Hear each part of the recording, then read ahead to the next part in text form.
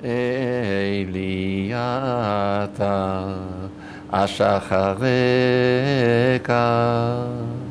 tzam alecha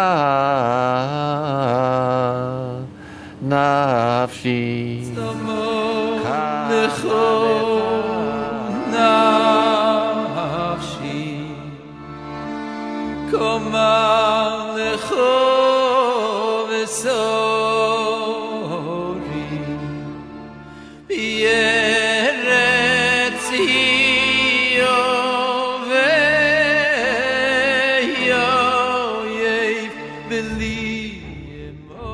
Rav Shear Yashuv Cohen was born on the night of Friday, the 9th of Mar Cheshvan, 5686, the son of Rabbi David Cohen, the Nazarite, and Sarah, née Aitken.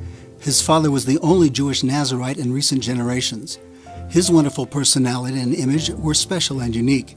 He was a disciple of Rabbi Avraham Yitzhak HaKohen Kook, and from a young age he separated himself from worldly pleasures and adopted a pious and ascetic mode of behavior. Rabbi Kook, who was the Nazir's rabbi and mentor, was also very close to Shear Yashuv.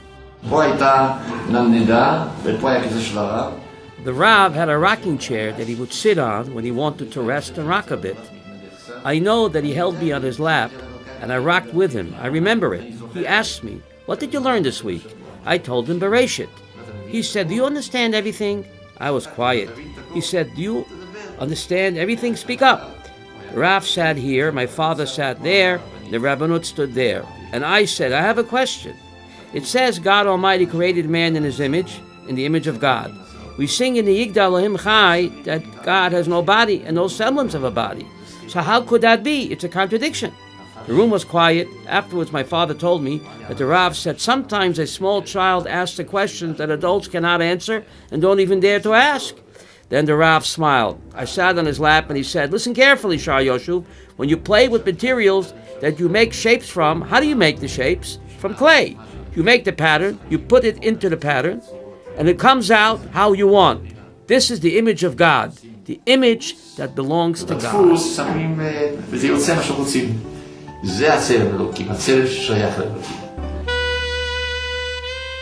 Due to the secular nature, sometimes deliberate, of most of the members of the underground movements, the students of the Merkaz Harav Yeshiva wanted to set up a religious underground movement. In light of Rav Kook's nationalistic philosophy, combined with the political revisionist teachings of Zev Jabotinsky, the movement's declared goal was to remove the foreign occupation and to establish a Jewish state based on the Torah and Jewish law. ברית החשמונאים נולדה בבית הרב קוק. Brit Chashmonaim was born in Rav Kook's house, the Merkaz Harav Yeshiva. My father and teacher, the Holy Nazir, supported the ideological approach of Brit Chashmonaim, whose slogan was, "Salvation is to Hashem." Formally, it was a kind of national religious youth movement, but in practice it was more of a clandestine movement. Rabbi Chalap, Rabbi Tzvi Yehuda Kook, and the Nazarite rabbi encouraged the students who fought in the underground in conjunction with their yeshiva studies. והרב הנזיר עודדו את התלמידים שלחמו במחתרת במקביל ללימודיהם בישיבה.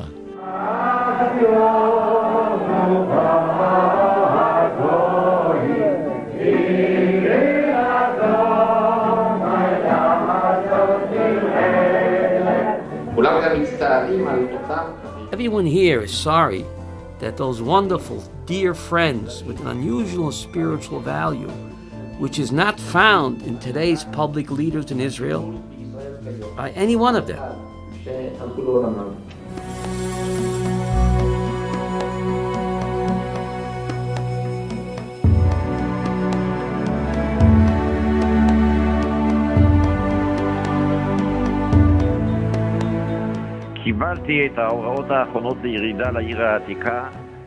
I received my final orders for the descent to the old city, which was under constant siege during the past few months.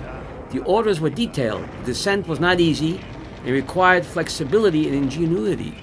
The plan is called Shififon, Viper, and the password is Viper Go Up. The plan includes capturing the British Army positions and must be completed within 15 minutes. 2-inch shells of the Jordanian Arab Legion fall 8 meters away, but no one leaves. A 3-inch shell falls in the Hamadan position, wounding me severely, and I am brought to Mizgavadach. From the city of killing, I was transferred to a hell on earth, in mortal danger. On 19th year, 5708, May 27, 1948, the old city fell. We are left without fighters. We must surrender, otherwise all the survivors will be slaughtered. We, the wounded, remained in Batei Masa, under the protection of the legionnaires, together with a few of our doctors and nurses. Our friends who went into captivity came to part from us. And then the nightmare began. They took us into a monastery. We were there from Friday, June 1948, all through Shabbat and Sunday. During the Shabbat, the committee sorted us out, a committee of Jordanian doctors, the UN, and the Red Cross. Most of us were sent to the new city, and they chose some to take captive, and I was among them. We were taken from here on Sunday morning. We were transported through the Armenian quarter to the Jaffa Gate.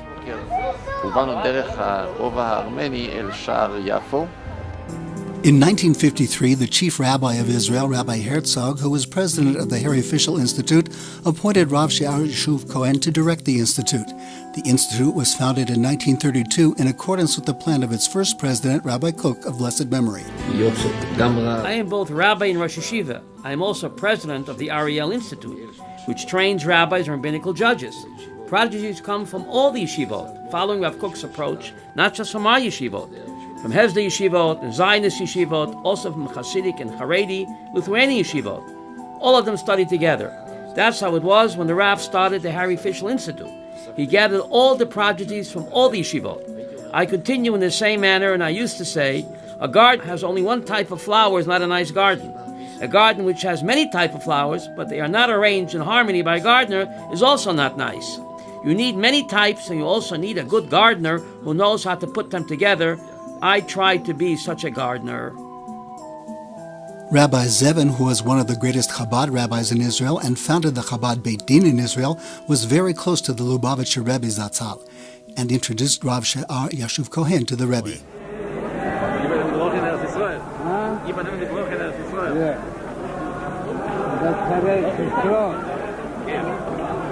You the Tankisten. Lady, what's the Tankisten? Mit nicht im Leben, wenn passiert steht, dann mit Leuten im Leben. Ja, aber auf Geld ist nicht der Wort believe. Nicht der Wort believe. Ich kann verstehen, aber der Wort cross. Die believe, die Straße, da findet man mal kurz oder kurz. Und nicht kann sein, dass der Leute sind, dass wir nie.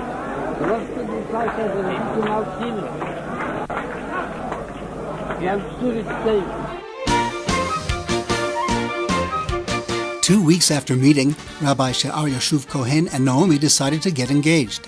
The wedding took place on the 4th of Shvat, 5713, in the courtyard of the Yeshurun Synagogue in Jerusalem, and the meal took place in the Tel Aviv Hotel in Zion Square. Many great leaders from the city attended the wedding, both those close to the Nazarite rabbi and from the bride's side.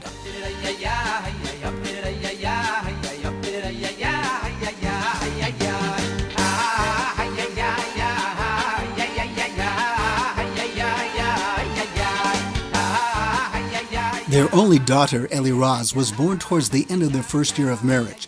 Naomi thought of the name Eliraz beforehand, explaining that it reflected the personality of Rabbi Cohen's father, the Nazarite, who dealt mainly with the secret wisdom of the Torah, and secondly, the name Eliraz is the reversed letters of Raziel. This is dedicated to the name of David Raziel, the Eitzel commander who was a student of the Merkaz Harav Yeshiva. Rabbanit Cohen carried out a lot of public work, and in the course of her work she merited in 1982 to receive the Honorary Woman of Haifa Medal, and in 2010 she was among the recipients of the Worthy Citizen of Haifa Award. The Western Wall Plaza was prepared for the first Shavuot festival a few days after the liberation of Jerusalem. The road was open and it was possible to walk to the Western Wall through the Zion Gate. I noticed Rabbi ARIEL Levine walking humbly in the crowd. I went over to him and held his hand, and we walked together into the old city of Jerusalem. When we passed Zion Gate and entered the old city, Rabbi ARIEL said to me, "Do you remember that it says, when God brings about the return to Zion, we will be like dreamers?" What is a dream? In a dream, you see in a second things that take place over decades. Everything happens extremely quickly. That's what's happening now. This is the return to Zion. We are dreaming. 6 days, 3 hours, what happened should have taken decades, and it did not happen. Now we are approaching the complete redemption. In elections held by the city council, Rabbi Shear Yashuv Cohen was elected as chief rabbi of Haifa, and later as the head of the city's rabbinic courts. I set myself 2 basic principles. One, that I am not only the rabbi of the religious, I am the rabbi of the entire city. The second principle was, I do not recognize the division of religious and secular. I also decided to warmly welcome all the people who live in the city, as well as the heads of other religions. I hope you'll be home on Rosh Hashanah and you'll see on TV a film from the hospital of people coming to wish you a speedy recovery. May the Lord guard you from evil. May the Lord guard your soul. Amen. An issue which has unfortunately become widespread in the country is for the rabbinic court to fulfill its obligation to save the oppressed from oppression. It may be a surprise for the public to know that the rabbis are aware of the suffering and torment of women who are abused by their husbands. In 1995, contacts between then Prime Minister of Israel Yitzhak Rabin and King Hussein of Jordan culminated in the signing of a peace agreement between the two countries. During the course of the preparations for the signing ceremony, King Hussein contacted the Israeli side and announced that he intended to bring a Qadi to read verses from the Quran during the ceremony. The head of Rabin's bureau, Eitan Haber, contacted Rabbi Shear Yashuv Cohen and told him that since he had been captured by the Jordanians, the Prime Minister would also like him to read verses from the Bible. Rabbi Shear Yashuv Cohen, Chief Rabbi of Haifa, will read Psalm 121. שיר למעלות. אשא עיניי אל ההרים, מאין יבוא עזרי. עזרי מעם אדוני, עושה שמיים וארץ. What do you feel today coming to the peace signing ceremony? I was asked to read Psalms at the ceremony. I think that this is a closing of a circle. From the battles of Jerusalem and Gush Etzion in 1948 until the signing of a peace treaty. It is certainly a big day. יום גדול. In 1998, the Lithuanian parliament held an event to commemorate 200 years since the death of the Vilna Gaon. The Lithuanian government had decided to adopt the Gaon as a Lithuanian cultural hero, and members of parliament were interested in a speech by a rabbi to describe the Vilna Gaon. Rabbi Shear Yashuv Cohen was asked to speak in front of the parliament. Every Jewish mother used to teach her children in Lithuania that if they want, they can become like the Vilna Gaon. I said this in my speech to the Lithuanian parliament, which convened in honor of the Gaon. Of course, I rebuked them before and told them that if the Gaon had lived during the Holocaust, the Lithuanians would have murdered him before anyone else.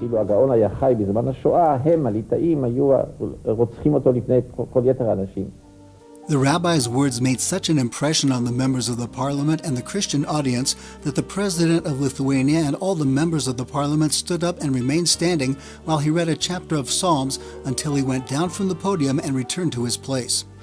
In 1999, Rabbi Shear Yashuv Cohen received an honorary doctorate from Bar Ilan University and its Board of Trustees for his outstanding Torah achievements and for his role as the faithful emissary of the State of Israel throughout the world and in the diaspora. Bar Ilan University awards an honorary doctorate to Rabbi Shear Yashuv Cohen, Chief Rabbi of Haifa, for his outstanding Torah achievements and for his role as the faithful emissary of the State of Israel throughout the world and the diaspora. The attendants are requested to decorate the honorary doctor, Rabbi Eliyahu Yosef Shear Yashuv Cohen.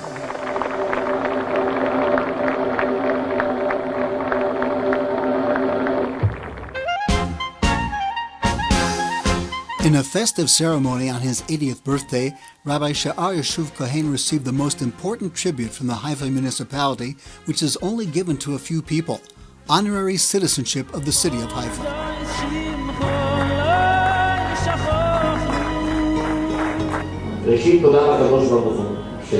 First, I thank God who has kept me alive and brought me to this evening and blessed me to find favor with all of you.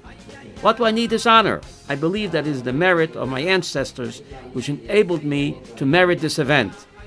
With what shall I come before the Lord? Bow before the Most High God.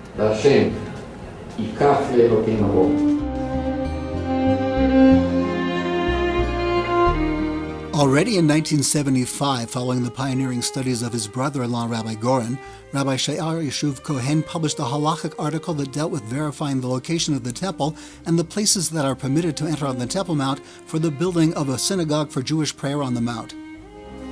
My suggestion was to establish an area of prayer for the Jews in the free space on the empty road that is not the site of the temple and is not located in the Al-Aqsa compound. In 2000, Pope John Paul II visited Israel. During his visit, the Pope proposed to the chief rabbis to establish an official committee for dialogue between the chief rabbinate and the Vatican. The natural candidate to head the Jewish side of this committee was Rabbi Shear Yashuv Cohen. He was one of the rabbis who joined the Pope during his visit to Rome's synagogue. I was present with my colleagues of the committee on the days in the time of the visit to express our desire to accept the hand that is stretched out to be friendly and in affection and love and good friendship with us.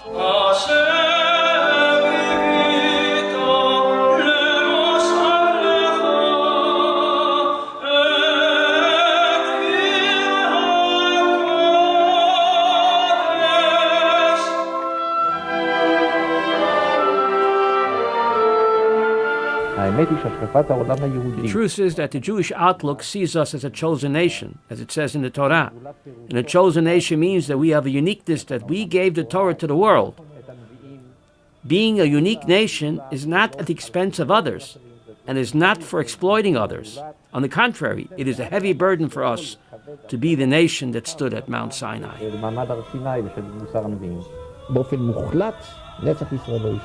The Eternal of Israel will not lie, and even with the worst tragedy of our generation, the Holocaust, there will always be a seed of comfort within the tragedy.